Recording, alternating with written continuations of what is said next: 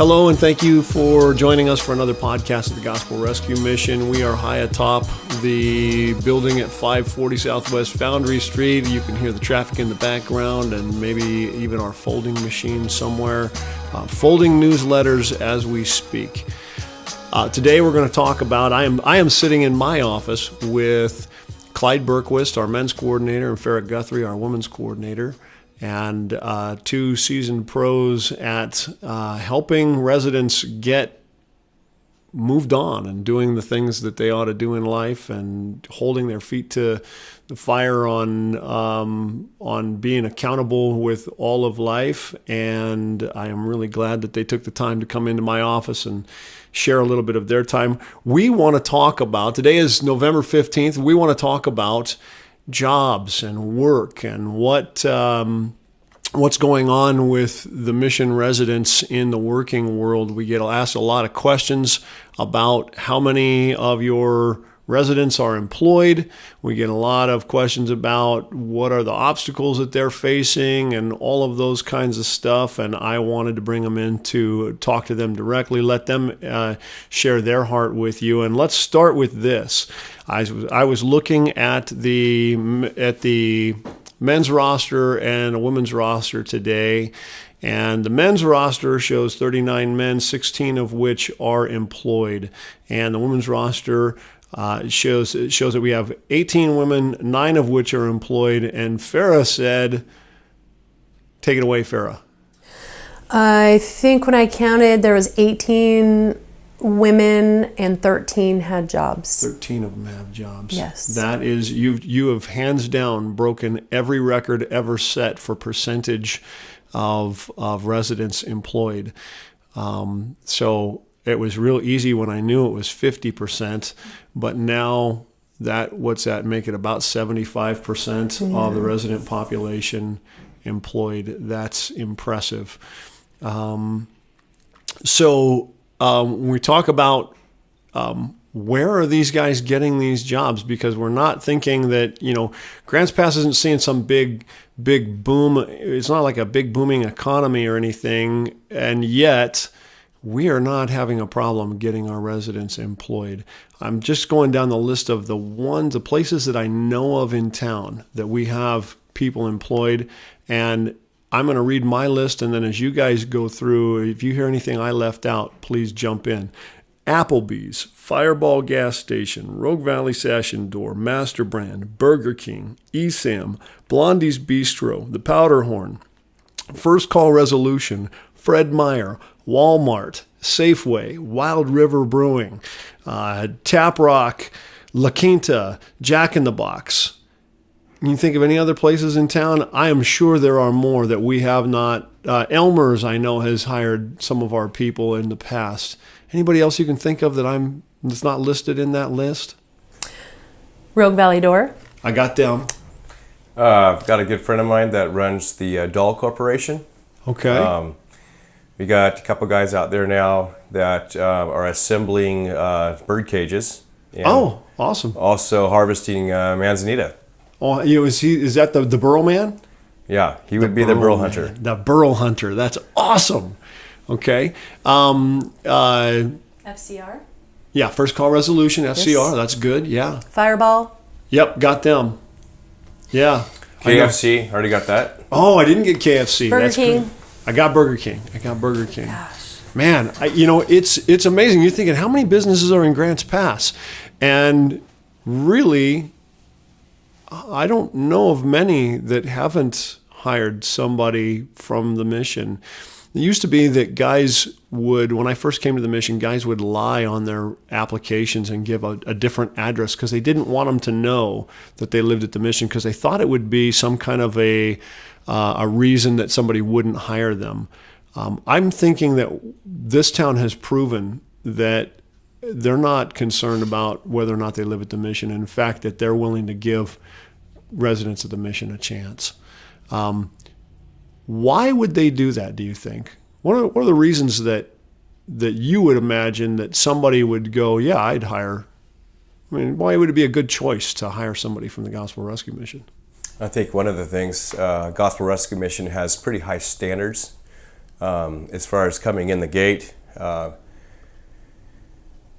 with different addictions and poor choices. And so right off the bat, these guys have to decide that they're going to try to quit different bad habits in their lives. So they're faced with pretty much some immediate baggage. Right. That would probably defer them from being hired in the past. So right off, they're faced with the fact that some things in their life need to change. Then once they get in here, let's see that many homeless people are very independent and really live in a place of loneliness and isolation. And as they come in here to the mission, right away, they have to learn how to work as a team player. And I know for myself, as having my own company in the past and employing guys, one of the biggest things to having a good employee is the fact that they need to get along and play well with others. Yeah, for sure. So right off, that's one of the things that they have to learn to do. Yeah. And there's an attitude adjustment right there that they can't continue to have a bad attitude without somebody calling them on it. You tell us, so they're living in a room with how many people are in your 30-day dorm on a busy 30-day? We sleep 10 in there. 10. And in the men's house, it's 28, I think. It's something like that. Yeah, right around 30. Yeah, you're not gonna live with 10 other people, 10 to 20 other people in your face.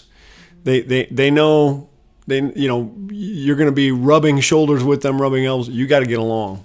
If you don't get along, it ain't gonna work, huh? Well, and there's only 10 in the 30-day dorm because the other women come in with children with them, right. So they won't fit in the 30-day dorm. They have their own separate rooms. So we do have separate rooms that they do share with each other. So again, still having to learn to get along, sometimes not just with each other, but with each other's kids too. Whew.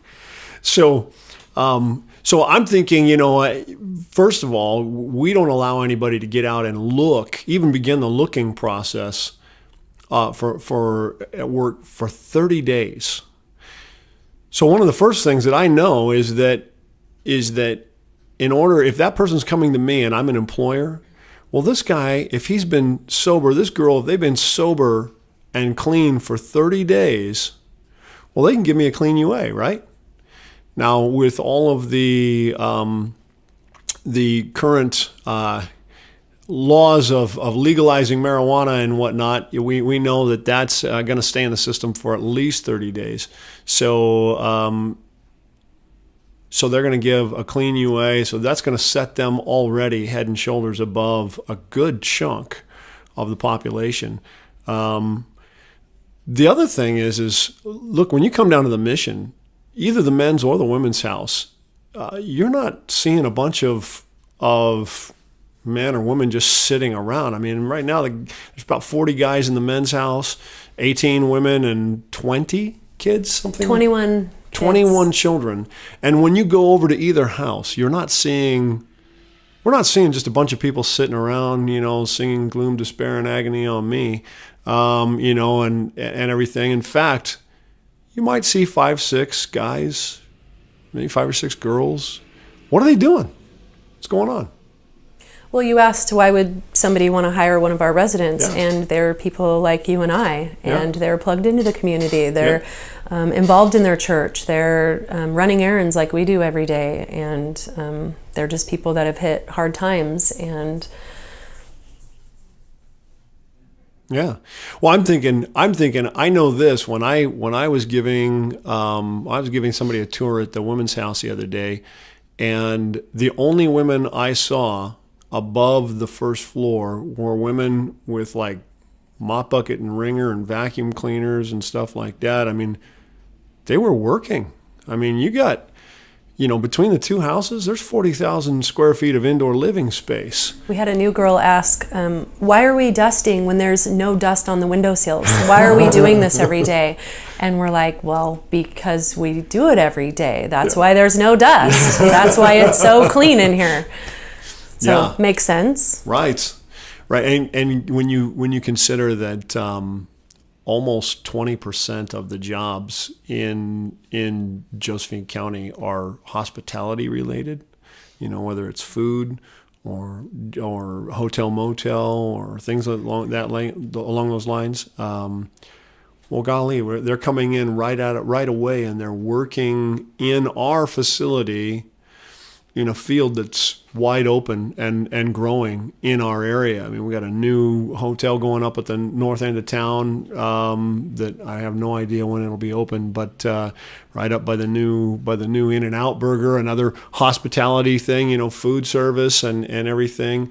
And if you ask, you look at half of the places that are on our list are of places where our residents have been hired, are food service and hospitality related. We've got different hotels and different convention centers and different the work that they're doing in the house, they're putting on their resume as experience. So that's helping them gain employment as well. For sure. So talk to me about what I want to talk about is some common obstacles that we're constantly looking at and trying to figure out how do we do barrier removal. Let me see if I can say it. Barrier removal for our residents. And they come in with a lot of barriers. What are some common obstacles that are shared by both the men and the women? They come in here right out of the gate and they're going, why can't I just go out and look for work right now? And you go, because you've got a whole series of things that would stop you from getting employed. What are some of those things? Big one is resume.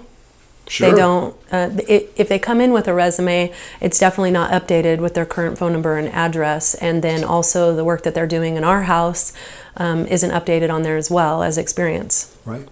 So, resume, transportation. Not being able to, there's bus, but then there's weekends, there's night shifts that they do.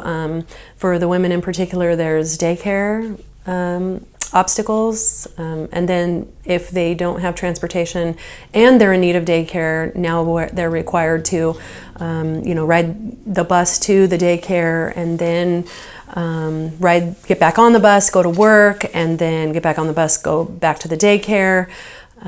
So transportation is a big one. They don't have work history, so not having any work history on their resume or experience is also it's pretty an important obstacle. Thing for an employer to be able to call one of you two as a reference and say, tell me about this person. You were the only reference they listed.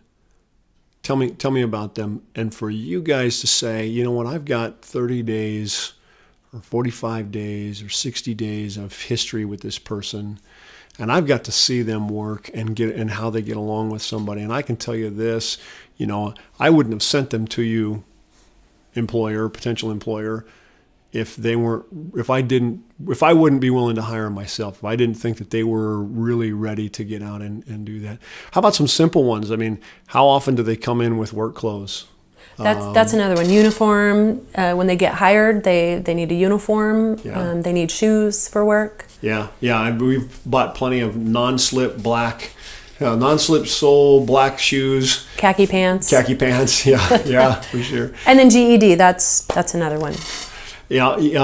How about I can't even count how many times I've heard somebody come in and they go, I don't have any identification. I come in and I was out there on the streets and somebody stole all my ID or I lost it or whatever. It's kind of a big one, huh? Mm-hmm. Yeah.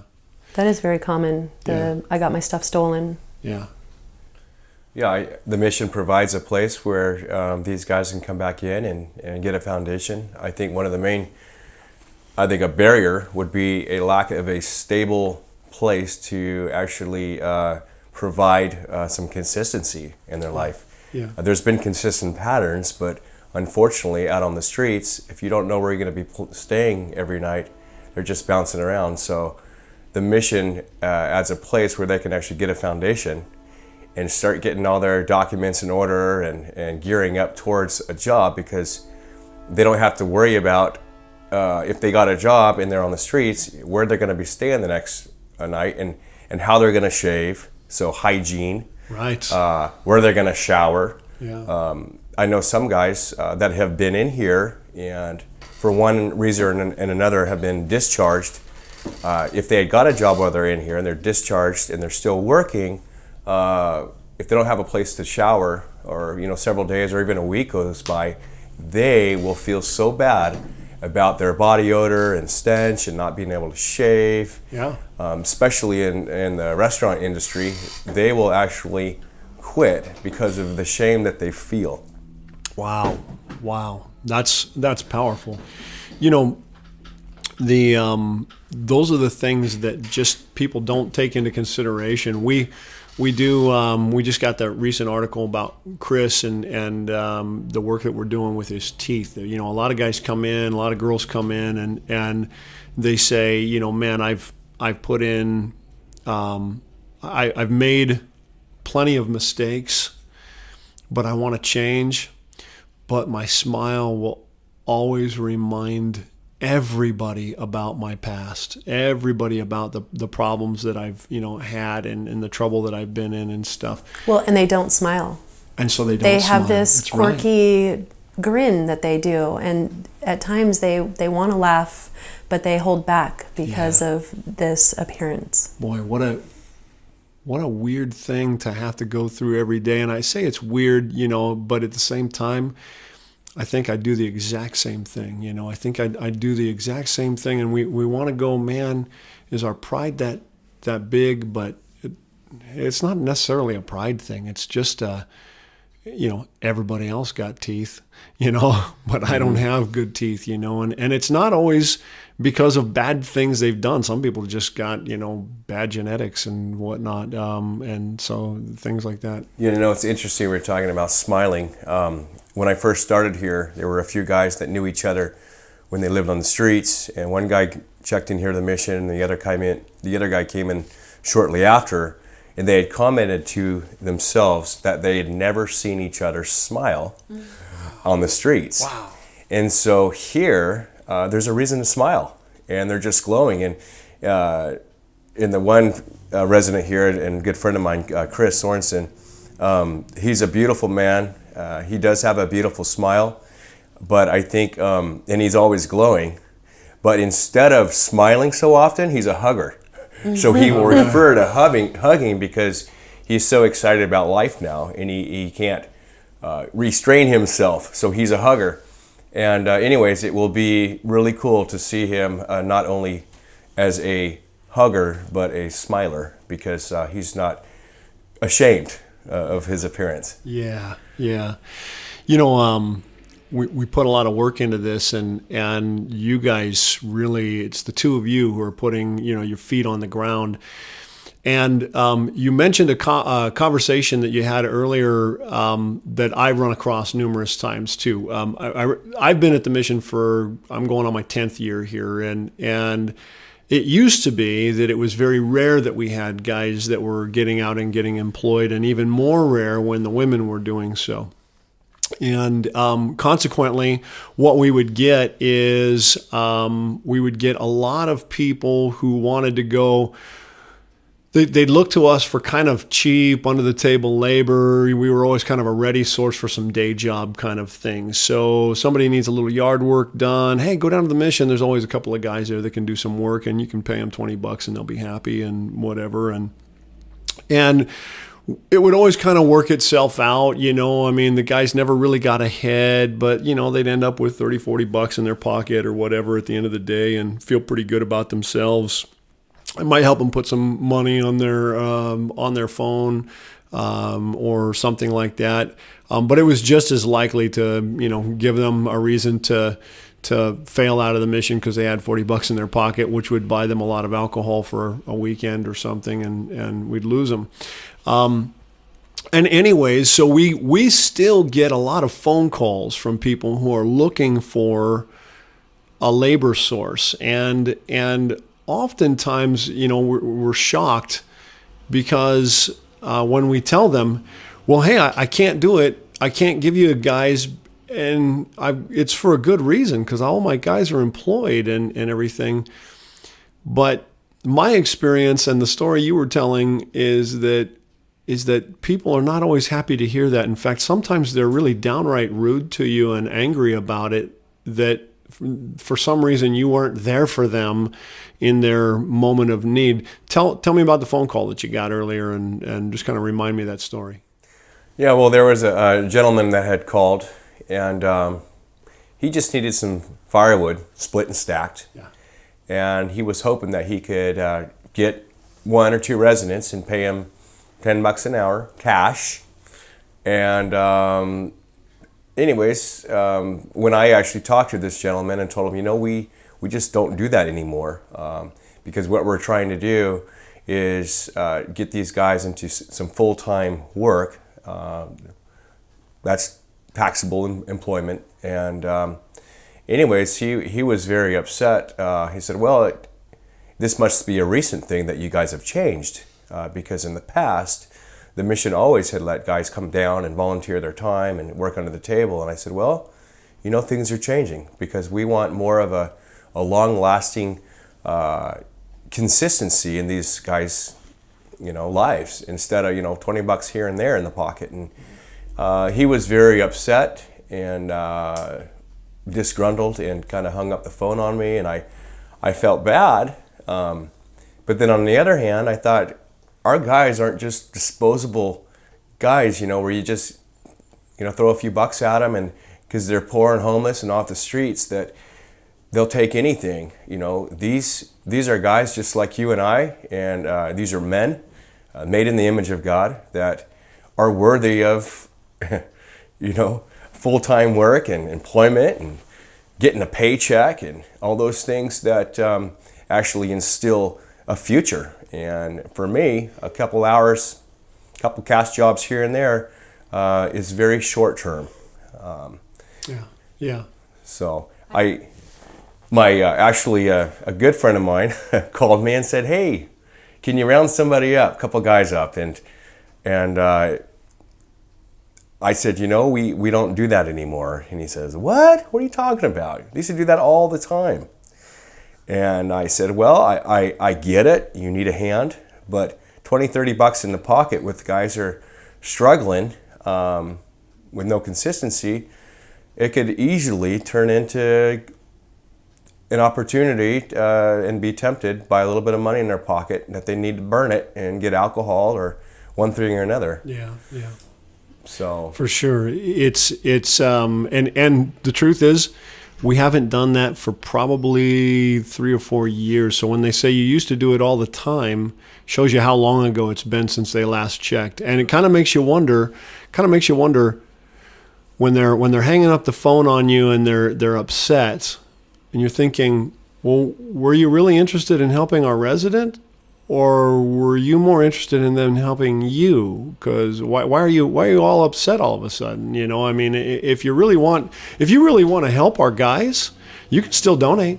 I'm cool with that. You can give them money. I'm okay with that. Send money to their program. But if this is really about you needed help and you're upset because it didn't work out, well, then accept my apology and let's be okay. I mean, it's I'm sorry I don't have somebody that can help you, but I hope that you recognize that I'm here for them, not here to supply a labor force. In a sense, a cheap alternate labor force or something. Farrah, you were going to say something earlier. Clyde had mentioned earlier about foundation and building that foundation. And so when a resident of mine reaches that 30-day mark where it's time to start looking for work, I always ask them, who have you always wanted to be? What have you always wanted to do that you think is so far-fetched? And so it's not about just an income. It is about being who they've always wanted to be, and then establishing employment that prevents them from being a return resident, because that is very common. These residents gain employment, and then a couple months down the road, they end up back at the house. And so the idea is to find and gain employment that they can excel in, that they can maybe be a supervisor someday. And I mean, because they're always, not always, but most of the time it's going to be entry-level positions. So find a job that you can move up the ladder in, and then also have benefits, vacation pay, those sorts of things. And when you're talking about those kinds of things, I mean, think about how important that is. And you mentioned a little bit the hang-ups, particularly as they relate to the women. I mean, guys have hurdles, and men and women have common hurdles together, but there are some, particularly with the moms, that the hurdles are sometimes just astronomical. Talk a little bit about that. What are those? I mean, you mentioned daycare, for example. Daycare is huge. A lot of the times DHS is really supportive in that department, and they do encourage employment-related daycare that they do provide for, but there are certain circumstances that the residents don't qualify for those services. So also the availability for spots at a daycare. I mean, it's hard to search for a daycare and one that's going to, accept your child during those hours, and even if they have a spot open. So, and then the women don't have transportation. So how do they find daycare within walking distance? It's kind of like how do you get the cart before, which one comes first? You two are constantly juggling, like, what's the order that we do these things in? Because a gal's got to get daycare to get a job, but she has to have an income in order to get daycare, and she may have to get to and from that daycare, which means she may have to get a car before she gets to the daycare, but she can't get the car until she has a job. And so it's like this constant catch-22 that you're into, and it's like, where do we start? Which barriers do we remove first? Well, and daycares won't hold your spot until you actually get a job. So finding daycare before you get employment. So we always, just get a job, and then the daycare will come after that. And it's difficult. And it happens. I mean, what's miraculous is 13 out of 18 women. Mm-hmm. How many of those do you think have kids? Over half of them? Over half, for sure. Have kids. And the added challenges that could be even on top of that. I mean, if you're listening to this right now and you're imagining, okay, how would I do this as a single mom? But now imagine that you have a 3-month-old and a 6-year-old and a 15-year-old. And now what do I do? Because they can't all go to the same daycare. Mm-hmm. And so what do you tell your 15-year-old? Go hang out on the street for the, after school for the next, sorry, you got to do some kind of after school program. What after school program? My kid's not an athlete, and I can't afford insurance, let alone basketball shoes, $130 pair of basketball shoes for him.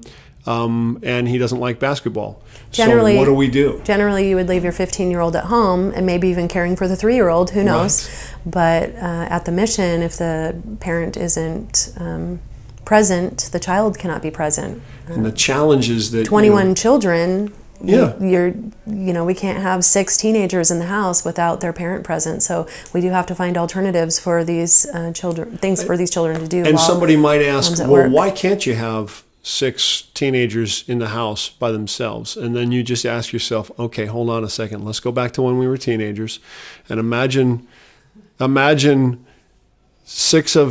of them are boys and 3 of them are girls. Why can't I have 6 teenagers alone in the house by themselves? Mm-hmm. And suddenly, man, I mean, your job's just got really complicated. I think I'm going to quit. Do something else. Okay, so one of the things we're going to title this broadcast, "Working Residents: The Good Problem to Have," and it's good because we're getting residents out working, and that's the easy part. Why is it a problem? Why is it a problem when our residents? Why is it a problem that now I've got 75% of the women working during the day, and you got, that leaves you what, 5 women that aren't working out of 18? What kinds of things are your people doing during the day that make this place run? Either one of you. I'll answer. Yeah. Okay, so there's leadership roles that happen in the house, and the residents, they actually have these workstations, and their responsibilities are huge. So when they get a job, all of a sudden you need to fill that empty space that wasn't there before. So everything's running smoothly, and now all of a sudden we have a big change in who's going to do what around the house. So we have resident assistants, and I'm not sure if everybody's familiar with what they do. We call them RAs around RAs. here, and everybody, we talk to everybody like they know what we're talking about, but most of them scratch their heads and go, what's a RA? So they sit in the front office of both houses. So there's a male and female RA, and they answer the phones. They help whoever comes to the door. They kind of put together our work roster. So when they get a job, all of a sudden, if you're an employer, you put a schedule out and it's for the week, and your employers can't really say, I can't work Tuesday and Thursdays. You say, okay, well, find another job because I need these hours filled. But with resident assistants, you have to constantly adjust the work schedule because you have appointments, you have job interviews, now they've gained employment. So now you have to find a new resident assistant to fill that spot. But not only find one, but you have to train them and get them kind of, I guess we call it thrown on desk sometimes, because it does get a bit chaotic. But the same is for housing. When they gain housing, all of a sudden you're losing this very valuable resident who is so stellar in the house that you just really appreciate their hard work. So it is hard to overstate the power of an RA in the mission. I mean, when you say they do their work, they work out the daily work schedule and everything like that. I mean, imagine you're training a person who was at least 30 days ago was homeless, and you're training them to make sure that in the men's house, it could be as many as 55, 60 guys at a time. You're making sure that they're all going to the appointments that they need to go to, that they're all distributed to all the different work sites that we have around the house. In both houses, you've got that going on. You've got and outside of the house, inside of the house, you've got.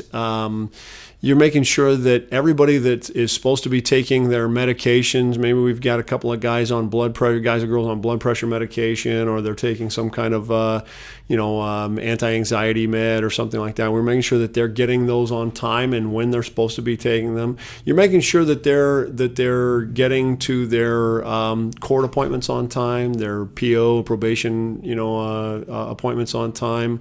You're making sure that they're making their doctor appointments and medical appointments on time. You're making sure that they're meeting with the coordinators when the coordinators want to see them. So both of you two, the resident assistants are making sure that they're kind of that buffer for you and making sure that they're a real assistant to you guys in that sense. They're answering the phone. Hello, thank you for calling the Gospel Rescue Mission. They're doing all those things, transferring phone calls correctly, and some of those are phone calls coming from corporate donors, they're coming from individual donors, they're coming from the news media, they're coming from other professional organizations like DHS or Options or Probation and Parole or something like that. These people are very, very talented, very gifted. They're learning to work a pretty complicated Excel spreadsheet and all that stuff. So an RA is a highly trained person. You've invested a lot of time into, and if you're fortunate enough to have more than even five of those, you have trained some fantastic people that can manage a lot of things. They deal with complaints and all day long. They deal with all kinds of stuff. These become very talented people. And that's not just to mention the fact that daily tasks like housekeeping. We mentioned 40,000 square feet of indoor living space between the two houses. It's about 20,000 in Fixo, and it's about 24,000 in Wagner.